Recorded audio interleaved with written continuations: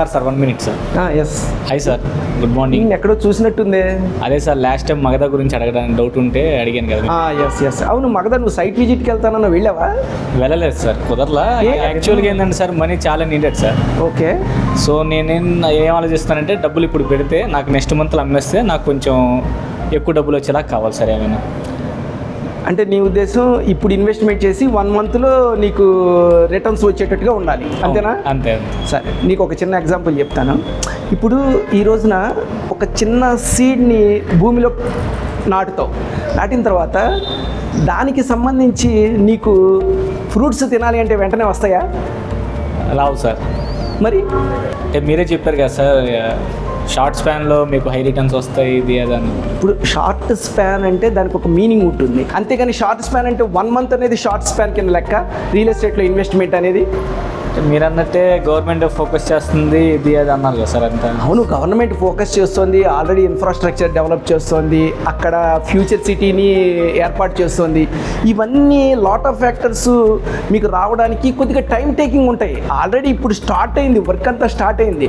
అందుకనే నీకు best price available ఉన్నాయి ఆ సరౌండింగ్ ఏరియాల్లో.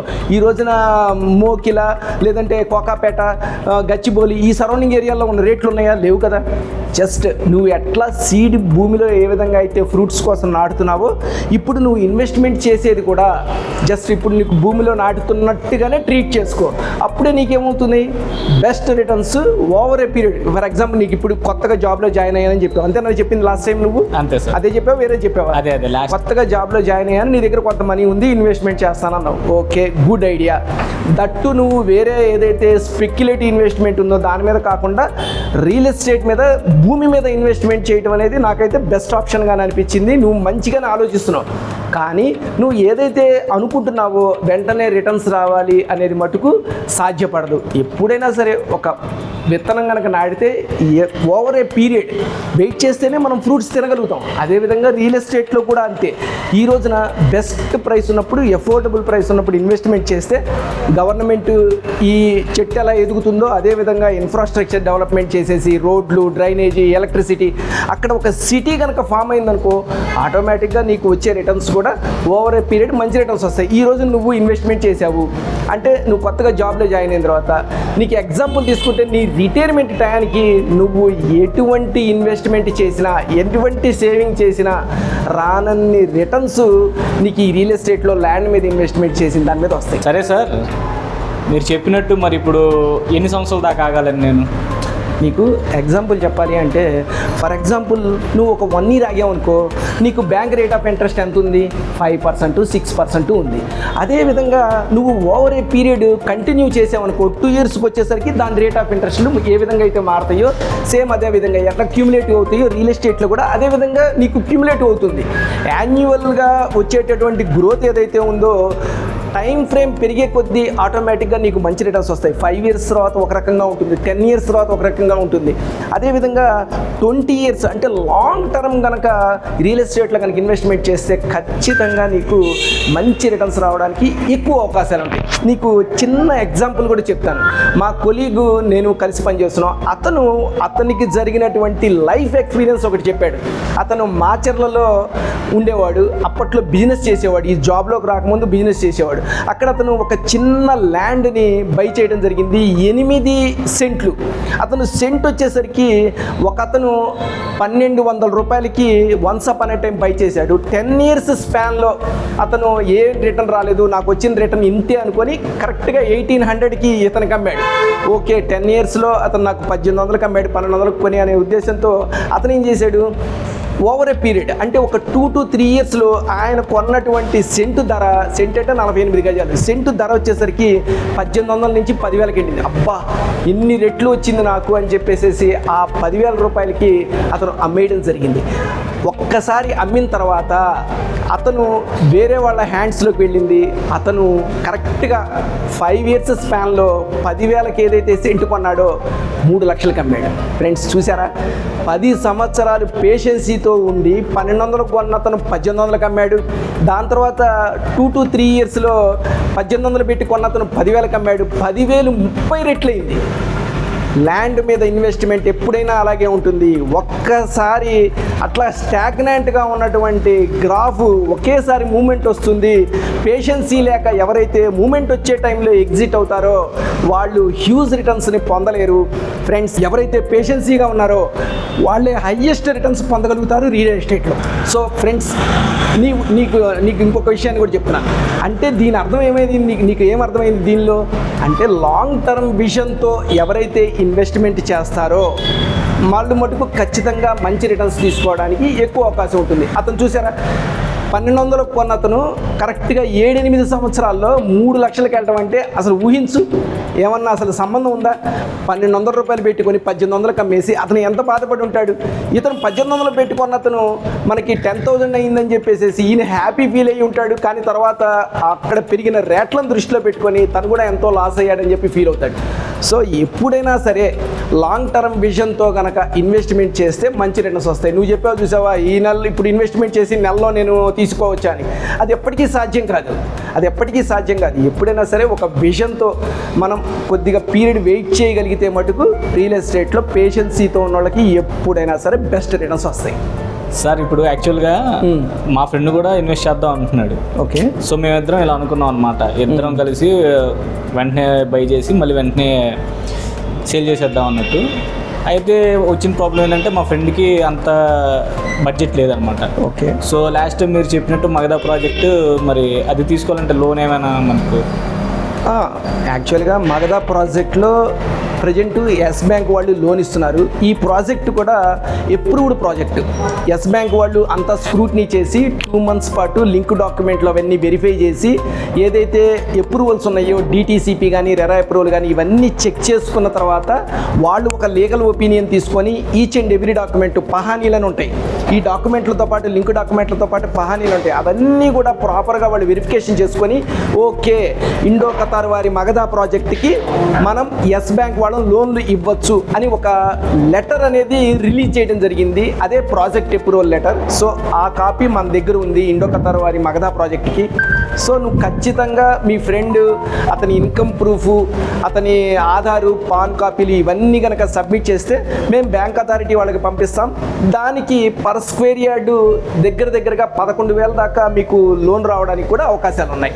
సో మీరు నిరభ్యంతరంగా నువ్వు ఏదైతే క్యాష్లో తీసుకుంటావు అనుకుంటున్నావో అదేవిధంగా మీ ఫ్రెండ్ లోన్ మీద తీసుకుందాం అనుకుంటే మీరు సైట్ విజిట్ చేసి నాకు ఆ డీటెయిల్స్ ప్రొడ్యూస్ చేయండి, నేను బ్యాంక్ అథారిటీ వాళ్ళకి పంపిస్తాను. ఖచ్చితంగా మీకు ప్రాపర్ అప్రూవల్ సిబిల్ అది మంచిగా ఉంటే ఖచ్చితంగా మీకు లోన్ శాంక్షన్ అవుతుంది. సార్, ఇప్పుడు మీరు లాస్ట్ టైం ఫ్యూచర్ సిటీని హైలైట్ చేస్తే చెప్పారు సార్. సో ఫ్యూచర్ సిటీలో ఎక్కడైనా తీసుకోవచ్చా లేదా మగధాలోనే తీసుకోవాలా ఫ్యూచర్ సిటీలో? సో మీరు ఫ్యూచర్ సిటీని హైలైట్ చేస్తున్నారా లేదంటే మగధా ఉంది కదా అని చెప్పి మగధాని ఫ్యూచర్ సిటీని హైలైట్ చేస్తే చెప్తున్నారా? నువ్వు అడిగిన క్వశ్చన్ చాలా బాగుంది. ఒక్క విషయాన్ని నేను చెప్తాను. ప్రభుత్వం ఎక్కడ ఫోకస్ చేస్తుంది?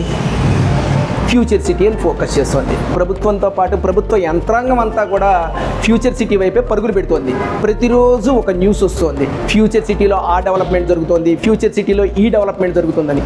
రీసెంట్గా మీకు మనకు నాలెడ్జ్ సిటీ దగ్గర రాయదుర్గంలో జరిగినటువంటి ఆక్షన్ 237 కోట్లకి ఒక ఎకరం ల్యాండ్ సేల్ అయింది. దాని తర్వాత మీరు న్యూస్లో కూడా చూసే ఉంటారు, స్టేట్ బ్యాంక్ ఆఫ్ ఇండియా వాళ్ళు ఇది ఆల్రెడీ మా ల్యాండ్ మాకు గవర్నమెంట్ ఇచ్చింది, ఎలా అమ్ముతారు అంటే దాని తర్వాత చర్చలు జరిగినాయి.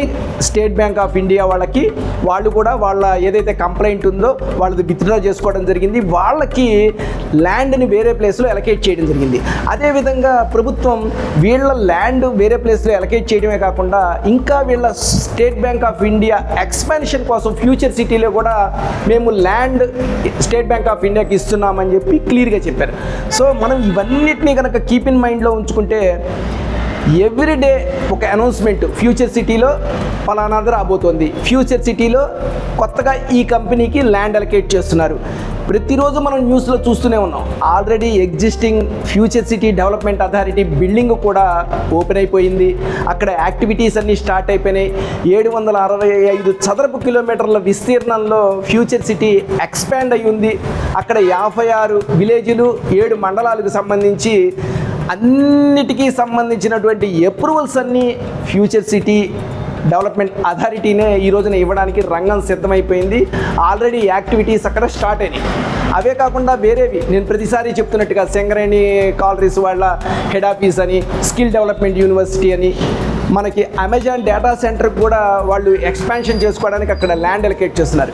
ఇన్ని డెవలప్మెంట్లు, ఇంత ఇన్ఫ్రాస్ట్రక్చర్ ఒక ఏరియాలో వస్తుంటే ఆ ఏరియా డెవలప్ కాకుండా ఎక్కడికి వెళ్తుంది? మీకు ఇంకొక చిన్న ఎగ్జాంపుల్ చెప్తాను.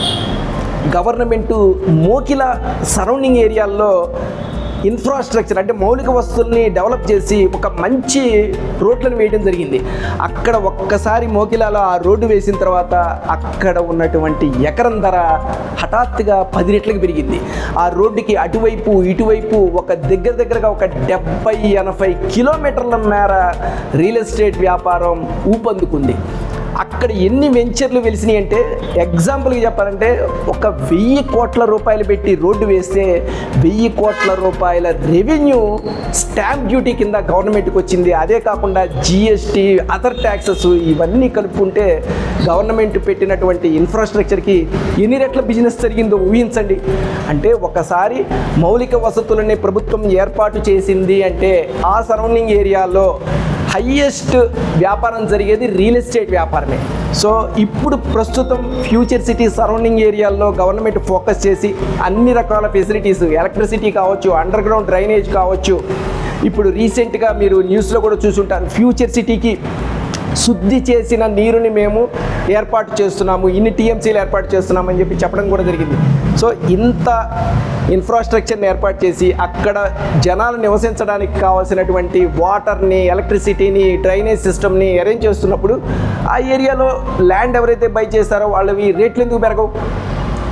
గతంలో కూడా చూసాం, 100, 140, 170, 240 ఈ ఎకరం ధర రోజు రోజుకి పెరుగుతూనే ఉంది.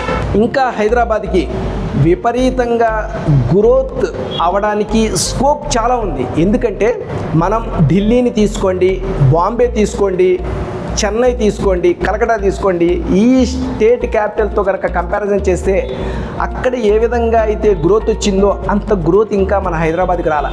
మీకు ఎగ్జాంపుల్ ఏంటంటే, అక్కడ 2000 కోట్ల రూపాయలు ఒక ఎకరం ధర పెరుగుతోంది. మన దగ్గర హైయెస్ట్ ఎంత?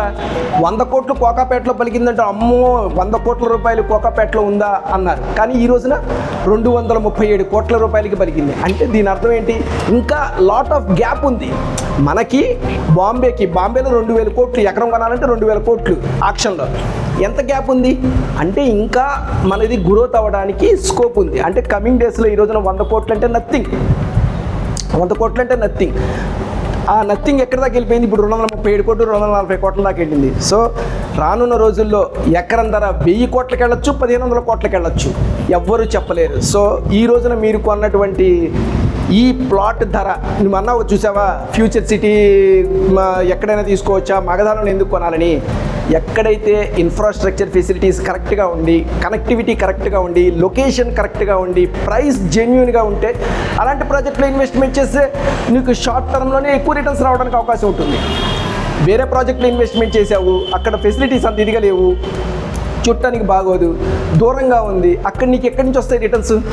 దగ్గరలో ఉన్న రోడ్డుకి దగ్గరలో ఉండి ఆ సరౌండింగ్ ఏరియా అంతా రెసిడెన్షియల్ జోన్ ఉండి డెవలప్మెంట్ ఉన్న ఏరియా కనుక, గవర్నమెంట్ ఫోకస్ చేస్తున్న ఏరియా కనుక, అలాంటి గవర్నమెంట్ ప్రాజెక్టులకి దగ్గరగా ఉన్న ఏరియా ఎంప్లాయ్మెంట్ ఉండి తొందరగా రెసిడెన్షియల్ జోన్ కింద కన్వర్ట్ అయ్యి డెవలప్ అవ్వడానికి అవకాశం ఉంది కనుక మగధా ప్రాజెక్ట్ బెస్ట్ ఆప్షన్ అని నేను చెప్తున్నాను. మా ప్రాజెక్ట్ అని చెప్పట్లేదు, ఓవరాల్గా సరౌండింగ్ ఏరియాలో నువ్వు ఎంక్వైరీ చేసుకుంటే నీకు తెలుస్తుంది. సరే సార్, మరి ఈ వీకెండ్ నేను మా ఫ్రెండ్ ఇద్దరం కలిసి వెళ్తాము. సో అక్కడికి వెళ్ళి మీరు వస్తారా సార్ మాతో పాటు, లేదంటే అక్కడ ఎవరైనా స్టాఫ్ ఉంటారా? లేదు, ఓకే, నువ్వు లాస్ట్ వీక్ కూడా ఇదే చెప్పావు. ఈసారి నువ్వు వెళ్ళు, సైట్ విజిట్ చేయి, ఖచ్చితంగా సైట్ విజిట్ చెయ్యి. అక్కడ మా మేనేజ్మెంట్ అక్కడ ఆల్రెడీ ఒక ఆఫీస్ ఎస్టాబ్లిష్ అయ్యి ఉంది, ఒక రిసార్ట్ కూడా అక్కడ ఉంది. నీకు అక్కడ వెళ్ళిన తర్వాత అక్కడ స్టాఫ్ రిసీవ్ చేసుకుంటారు.